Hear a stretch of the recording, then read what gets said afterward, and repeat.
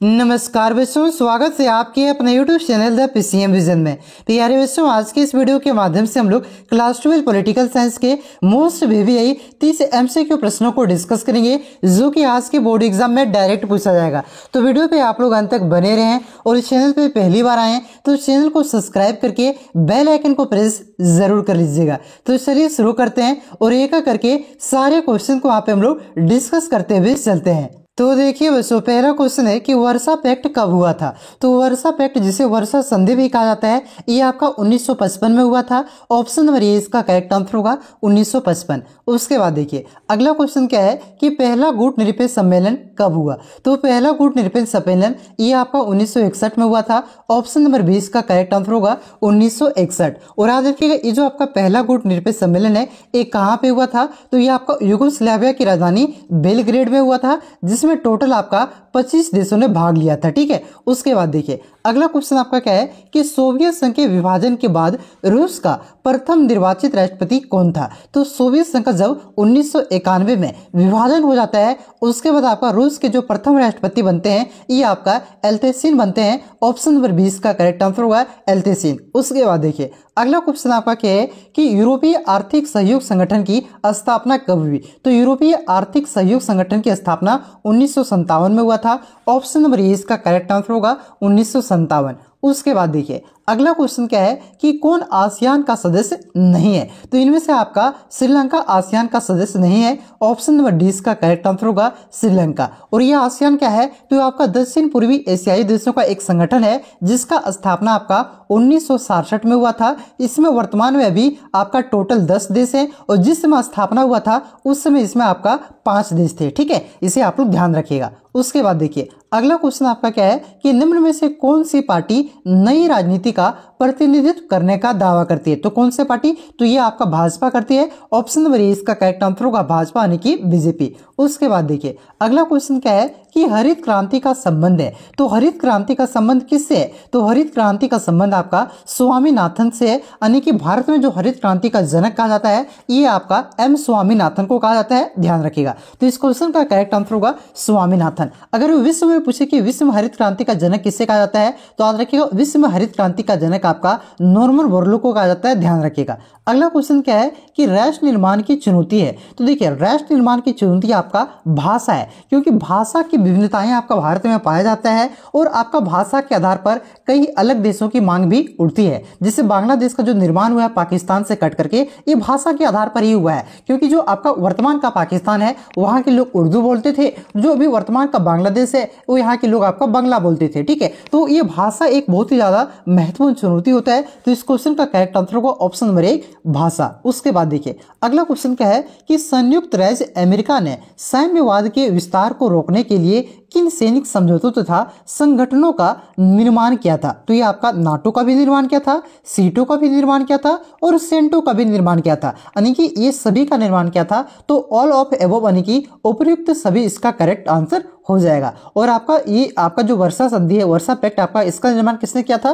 तो याद रखिएगा इसका निर्माण आपका सोवियत संघ ने किया था। ठीक है। अगला क्वेश्चन देखिए क्या है कि सोवियत संघ में कितने संघीय गणराज्य थे। तो इसमें आपका टोटल 15 संघीय गणराज्य थे और इसका विघटन कब हुआ था, तो 1991 में। उसके बाद देखिए अगला क्वेश्चन आपका क्या है कि भारत के राष्ट्रपति प्रणब मुखर्जी ने 2 जून 2015 को किस पूर्व सोवियत देश की यात्रा की थी। तो ये कौन से देश की यात्रा 2 जून 2015 को किया था प्रणब मुखर्जी ने, तो याद रखिएगा ये आपका बेलारूस का। ठीक है, ऑप्शन नंबर ए इसका करेक्ट आंसर होगा बेलारूस। उसके बाद देखिए अगला क्वेश्चन क्या है कि 1969 में कांग्रेस के विभाजन के समय उसका अध्यक्ष कौन था। तो जिस समय 1969 में पहली बार कांग्रेस का विभाजन हुआ था, ठीक है, वो आपका आजादी के बाद का बात कर रहे हैं। तो 1969 में जब इसका विभाजन हुआ उस समय आपका कांग्रेस के अध्यक्ष आपका निज लिंगप्पा थे। कौन थे, निज लिंगप्पा थे। ऑप्शन नंबर 20 का करेक्ट आंसर होगा। अगला क्वेश्चन आपका क्या है कि आपातकाल की ज्यादतियों की जांच करने के लिए निम्न में से कौन सा आयोग गठित किया गया था। तो ये आपका शाह आयोग गठित किया गया था। ऑप्शन नंबर 20 का करेक्ट आंसर होगा शाह आयोग। उसके बाद देखिए अगला क्वेश्चन क्या है कि 1952 से 1967 के बीच भारतीय राजनीति में किस पार्टी का वर्चस्व रहा?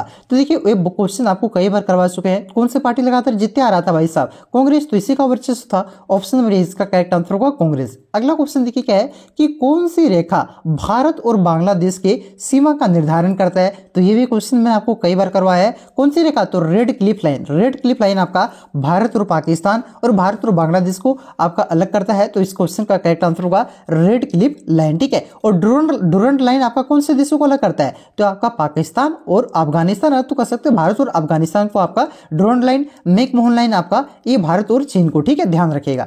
अगला क्वेश्चन क्या है कि भारत का पहला उप प्रधानमंत्री कौन था? देखिए भारत का पहला उप प्रधानमंत्री पूछे, लौह पुरुष पूछे, भारत का बिस्मार्क पूछे, तो भारत का पहला गृह मंत्री पूछे, ये सभी कौन थे? तो ये सभी आपका सरदार वल्लभ भाई पटेल थे। ऑप्शन नंबर 20 का करेक्ट आंसर होगा। अगला क्वेश्चन क्या है कि संयुक्त प्रगतिशील गठबंधन का नेतृत्व किस पार्टी द्वारा किया जाता है? इंग्लिश पढ़िए, इंग्लिश में क्या लिखा हुआ है?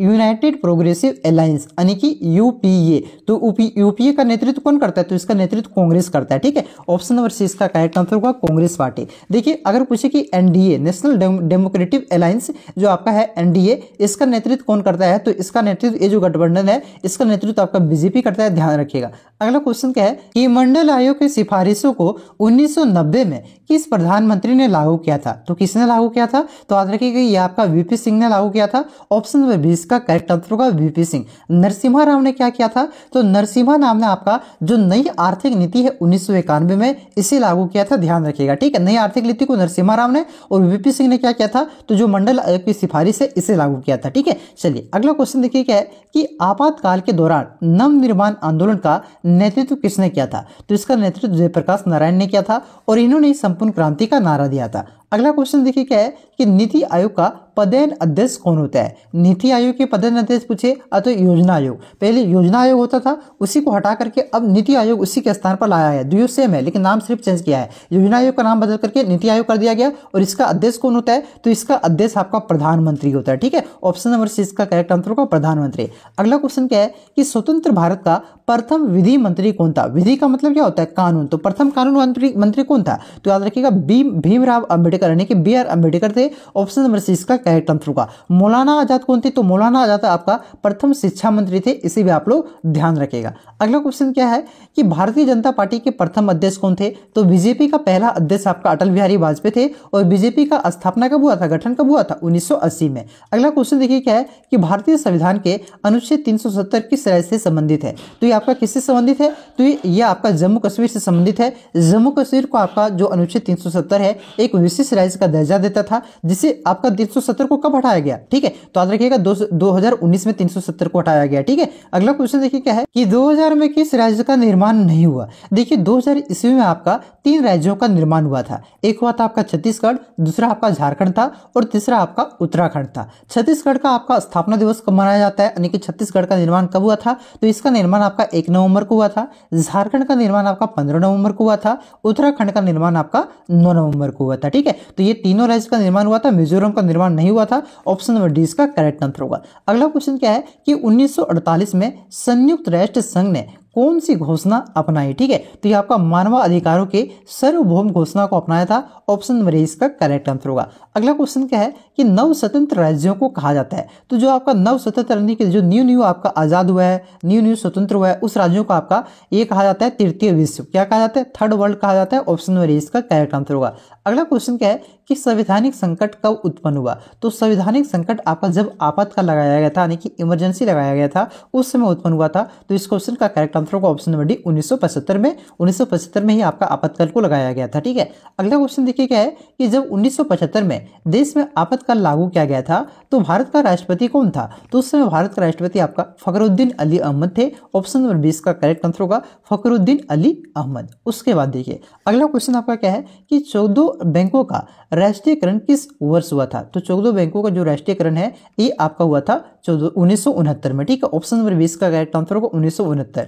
अगला क्वेश्चन क्या है कि संयुक्त राष्ट्र संघ के वर्तमान महासचिव कौन है? संयुक्त राष्ट्र संघ के वर्तमान महासचिव आपका एंटोनियो गुटेरेस है। ऑप्शन नंबर सी इसका करेक्ट आंसर होगा एंटोनियो गुटेरेस। देखिए आपके बोर्ड एग्जाम में तो आपका फिल इन द ब्लैंक्स यानी कि आपका खाली स्थान वाला तो नहीं आएगा, लेकिन खाली स्थान यहाँ पे जो क्वेश्चन मैं आपको बता रहा हूँ इससे आपका ऑब्जेक्टिव क्वेश्चन किस प्रकार से बनेगा इसे आप लोग ध्यान से देखिए। ठीक, बहुत ही इंपॉर्टेंट है भाई साहब। देखिए क्वेश्चन यहाँ पे क्या है कि 1964 में गुटनिरपेक्ष सम्मेलन में भारत के प्रधानमंत्री ने भाग लिया था। तो देखिए 1974 में जो आपका गुटनिरपेक्ष सम्मेलन हुआ था, इसमें भारत के जो प्रधानमंत्री थे जवाहरलाल नेहरू, ठीक है, इन्होंने भाग लिया था। ऑप्शन नंबर यहाँ पे ऑप्शन में आपका ऑप्शन रहेगा, ठीक है, तो याद रखिए किसने लिया था, जवाहरलाल नेहरू ने। अगला क्वेश्चन क्या है कि 1955 में पाकिस्तान खाली स्थान का सदस्य बना था। तो ये आपका कौन से तक किसका सदस्य बना था, तो आपका बगदाद पैक्ट, ठीक है, बगदाद पैक्ट कब हुआ था, बगदाद संधि 1955 में हुआ था। तो इसका सदस्य यानी कि संधि का सदस्य कौन बना था, पाकिस्तान बना था। कब बना था, 1955 में, ठीक है।